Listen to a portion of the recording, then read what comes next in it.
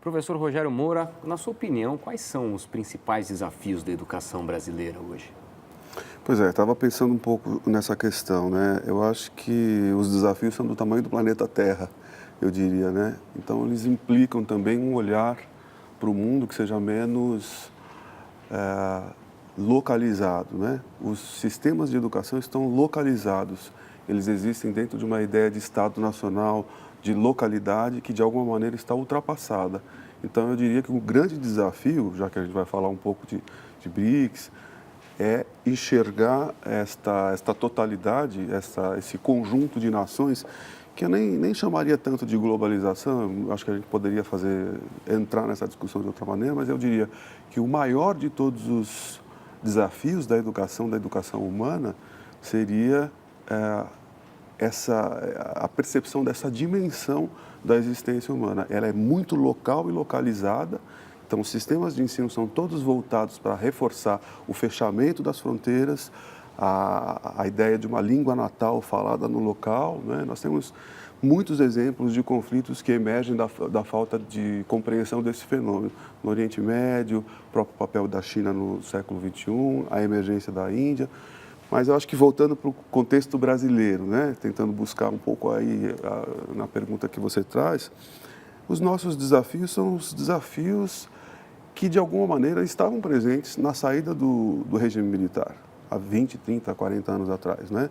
É você ter um sistema de ensino que considere a educação infantil, o ensino fundamental, o ensino médio, o ensino superior, como percursos estratégicos de formação das novas gerações, da infância até a idade adulta, equânimes, equilibrados, né? Quer dizer, uma nação que consegue se colocar como uma sétima economia, ela patina, ela permanece, portanto, acho que eu estou antecipando um pouco os assuntos ou os tópicos, mas é importante sinalizar, ela permanece, portanto, uma sétima economia com pés de barro, se você pegar os indicadores do ensino médio, não é?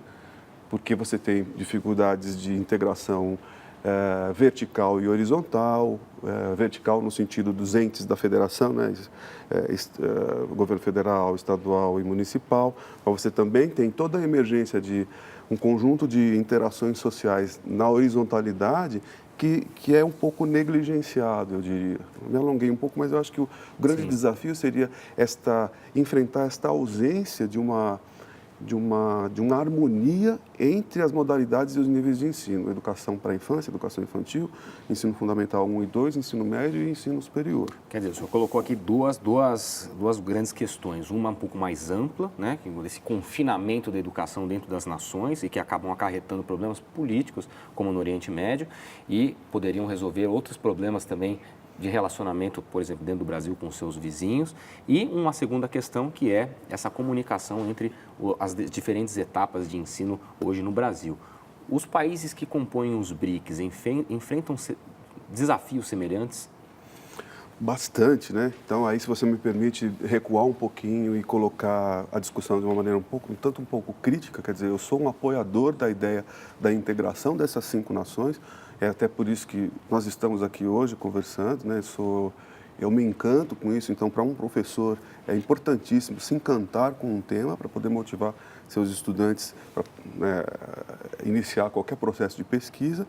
Mas aí, ao entrar no fenômeno BRICS, a primeira coisa é uma certa desconstrução parcial do próprio conceito, criado no campo da economia, dos estudos lá do Goldman Sachs, não é?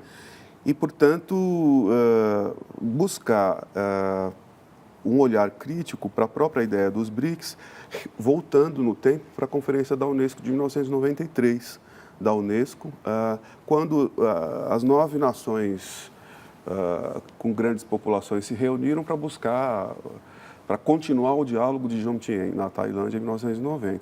Então, essas nações, elas estabeleceram uma espécie de carta de direitos, carta de intenções, não é? E nessas nações, veja, Fábio, o que eu estou falando é da maior importância, é de crucial importância para lançar um olhar crítico sobre o conceito dos BRICS.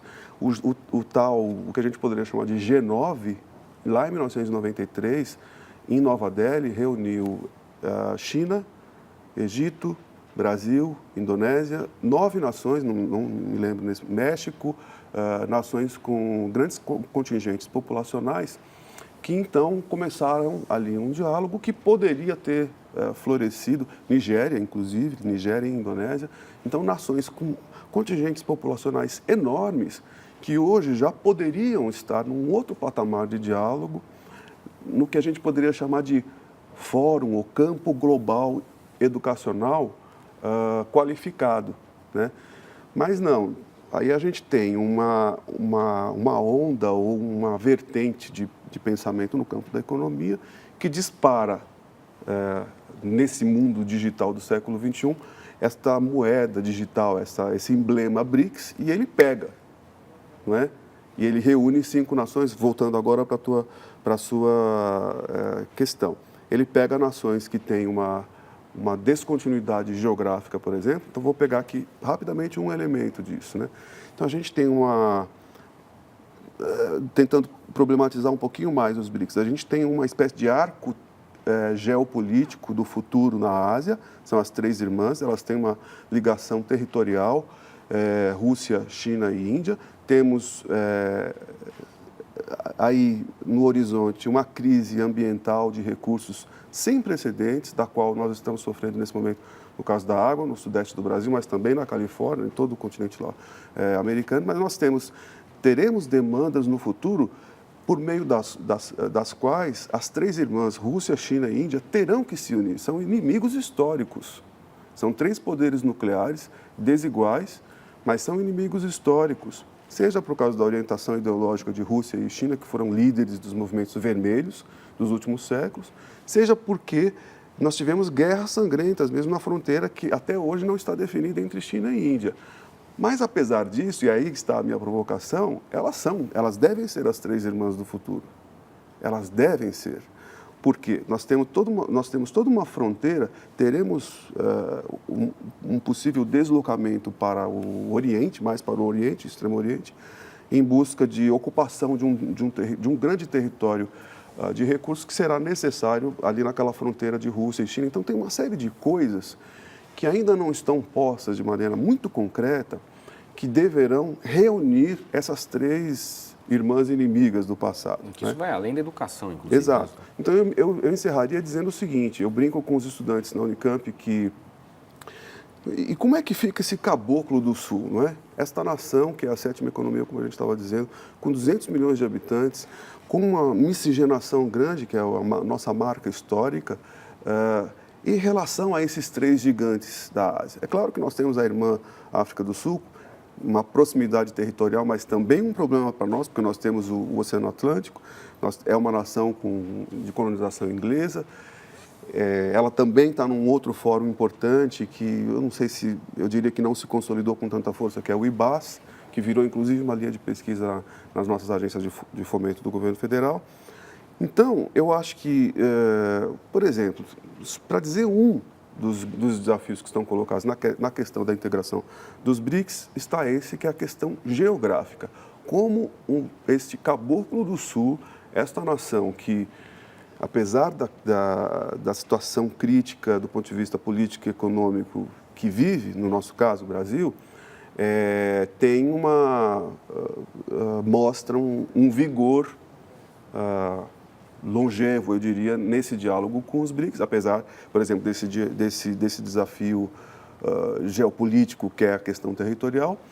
Por quê? Porque nós temos uma perspectiva, por exemplo, de aprofundamento de ações como o Banco dos BRICS, nós temos uma perspectiva de olhar para essas irmãs asiáticas aí, basicamente a Índia, que depois a gente vai entrar um pouquinho nela, com um olhar um pouco mais generoso. Então, aqui e ali a gente escuta um estudante ou um pesquisador brasileiro que não entende muito o que é a Índia, porque a Índia está muito longe de nós, falando de um dos BRICS agora, e não entende por que a Índia tem um nicho tecnológico muito forte, ela consegue lançar satélites de maneira autônoma, ela é uma nação atômica, isso não é uma defesa absolutamente do poder atômico, mas ele faz uma diferença, né, no tabuleiro global. Sim. Veja o caso Irã, que é vizinho e é parceiro da Índia, inclusive, para onde vão estudantes indianos e tudo mais. Mas, de qualquer maneira, o que está colocado para o Brasil é o desafio de formas de aproximação.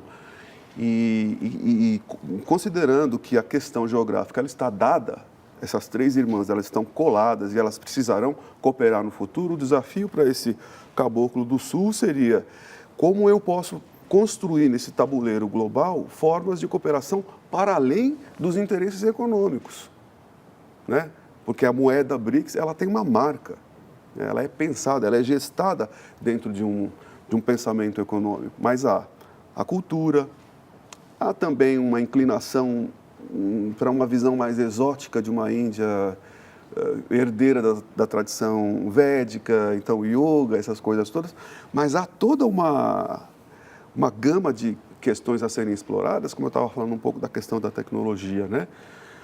Nós, brasileiros, precisaríamos entender essa desigualdade indiana de produzir tecnologia de ponta, satélite, etc., e ter favelas, muito miseráveis, né? Situações de extrema pobreza, ainda uma população rural enorme, de todos os BRICS, se você pegar uma população rural muito grande, mas criar formas de efetivamente colocar uma lupa sobre esse BRIC e entendê-lo na sua complexidade. Nós estamos, como brasileiros, como latinos, como um povo do Sul, longe disso.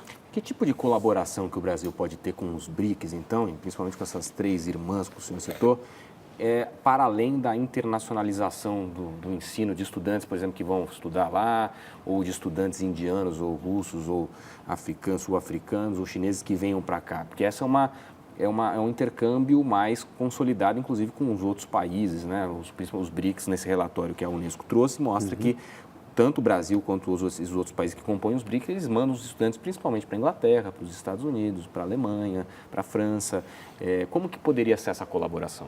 Então, eu gostaria de pegar um aspecto, de novo, você me fez uma pergunta grande, né? Robusta, como foi a primeira. Então, eu gostaria de pegar uma única ação do governo brasileiro, se a gente pegar o programa Ciências Sem Fronteiras, para também buscar ali um elemento crítico, né, na maneira de ver o programa, de observar o programa, a recepção, a incorporação do programa. Ora, o programa, de alguma maneira, vem atender uma demanda histórica de internacionalização da graduação. Eu acho que é um cartão de visita, é um avanço, é uma sinalização estratégica de que o país quer internacionalizar a sua graduação, os seus programas de graduação, né? No entanto, o que nós observamos de maneira mais genérica, dizendo de maneira mais genérica, na USP, na Unicamp, é que é um programa que passou a exportar estudantes para viverem um curto período, mas para esses países centrais e ricos que você acabou de citar.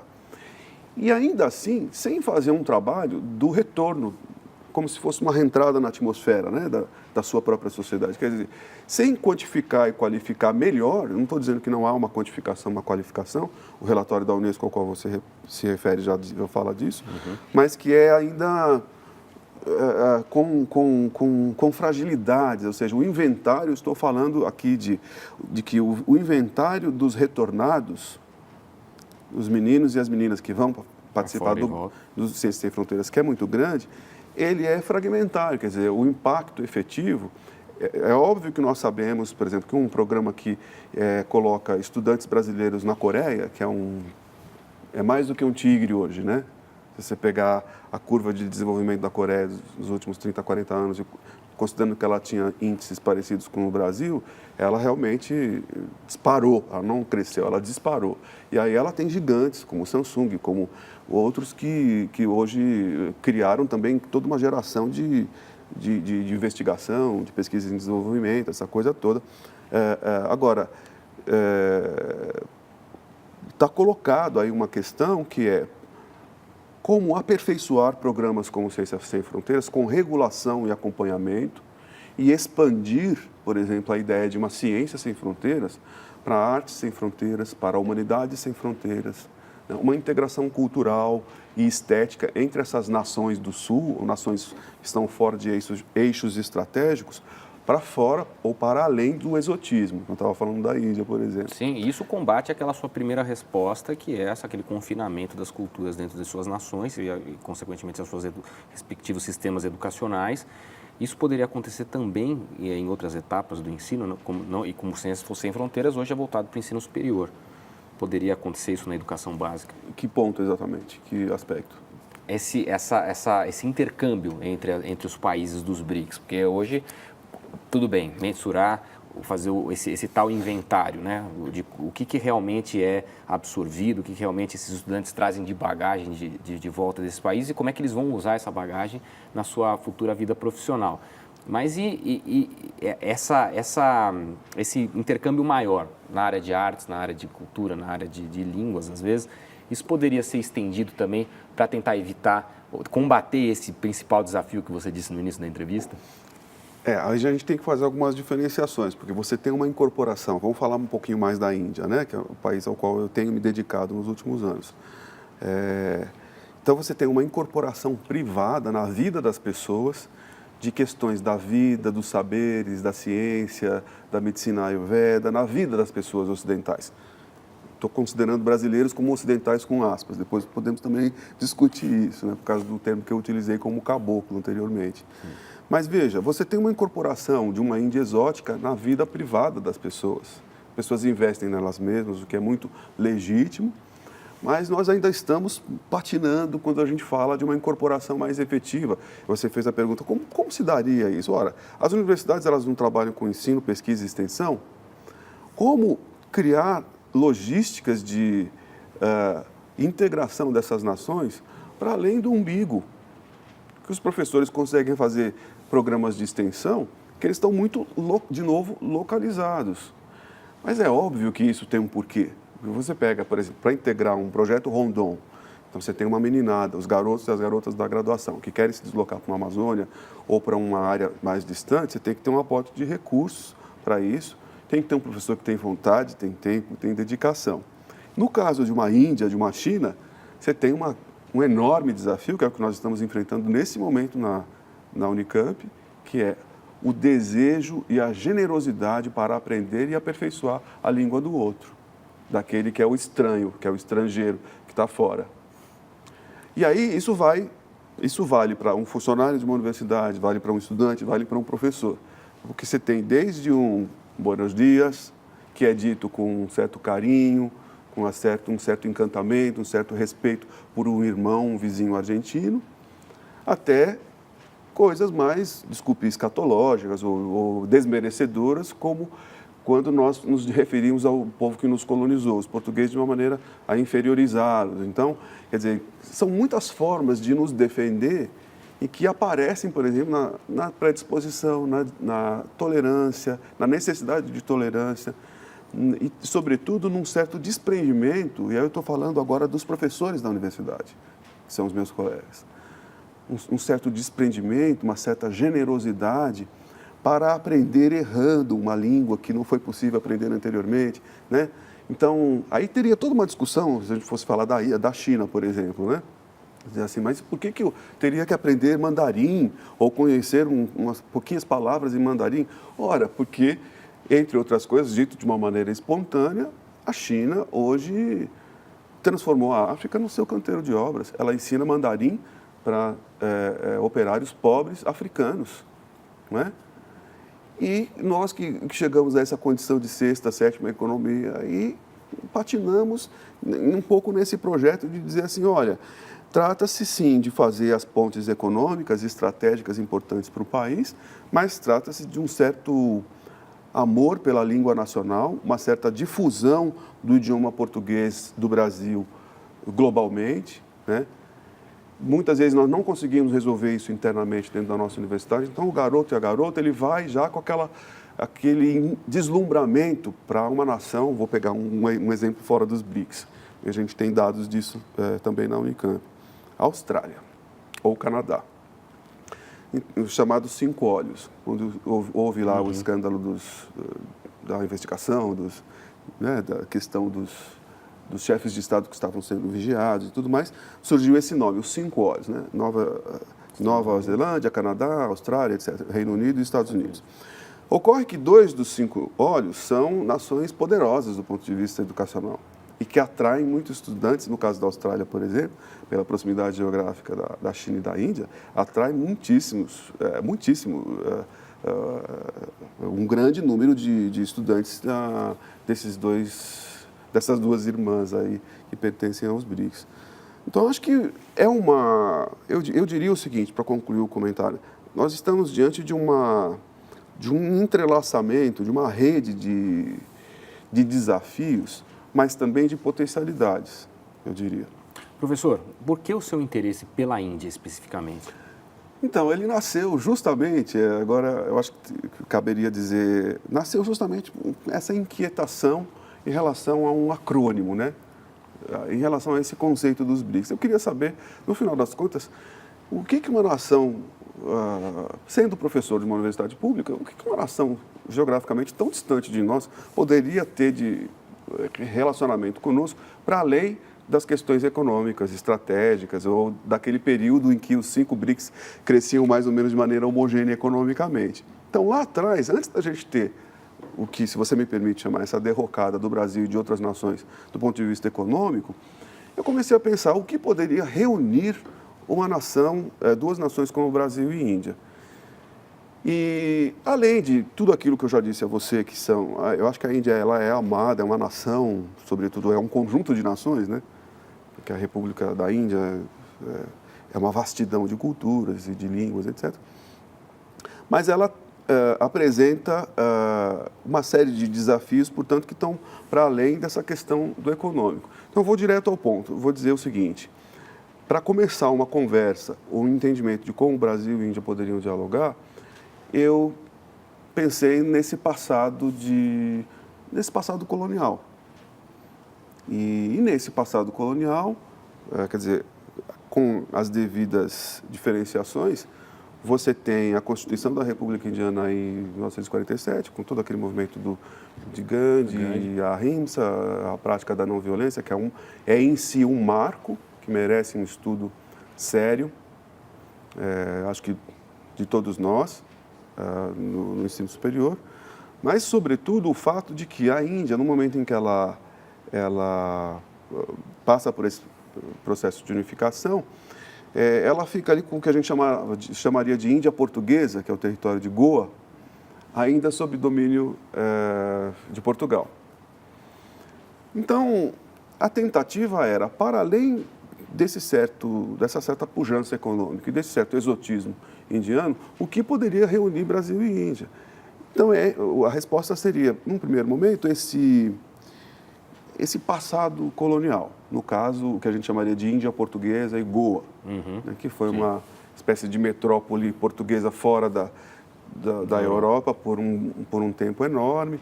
Então, hoje, tem uma série de marcas dessa colonização. Quer dizer, isso é um ponto, acho que para responder a sua pergunta, mas outro, que aí não é uma questão que se vincula necessariamente ao povo português ou ao processo de colonização portuguesa, mas a todos os poderes coloniais que chegaram à Índia, inclusive a grande colonizadora, a grande mãe colonizadora, que seria a Inglaterra, que é essa certa, eu vou chamar isso de uma certa híbris guerreira, né? Essa ideia da colonização, da ocupação do outro. De alguma maneira, ela traz essa desmedida, né? Para fora do meu território, no sentido de buscar recursos, de levar a minha língua para o outro, estabelecer um entreposto comercial, estava presente nos dois, tanto Inglaterra quanto Portugal. Mas então, tentando avançar um pouquinho mais na discussão e tentando me ater mais à sua pergunta, seria como se buscássemos uma forma de entendimento da chegada desses sujeitos, das marcas desse sujeito colonizador, num território que aparentemente está recuado, está dominado por uma certa ideia de ahimsa, da não violência. Então, não é a Índia que ocupa a Europa ou depois vem para o Brasil, mas é o contrário. É essa potência sul-europeia, naqueles idos das navegações, que desce, né, para o Ocidente e para o Oriente, e que chega aí a essa região que nós chamamos de Costa do Malabar. Tem os nossos colegas da UFRJ que têm estudado isso, que têm nos ajudado a entender essa questão. E, professor, a gente está quase chegando no final da entrevista. Eu queria que o senhor dissesse aonde que o senhor quer chegar com essa pesquisa. Qual que é o seu objetivo dela? Olha, eu diria que um objetivo mais simplório, mais imediato, é estabelecer, é aquilo que a gente estava falando um pouco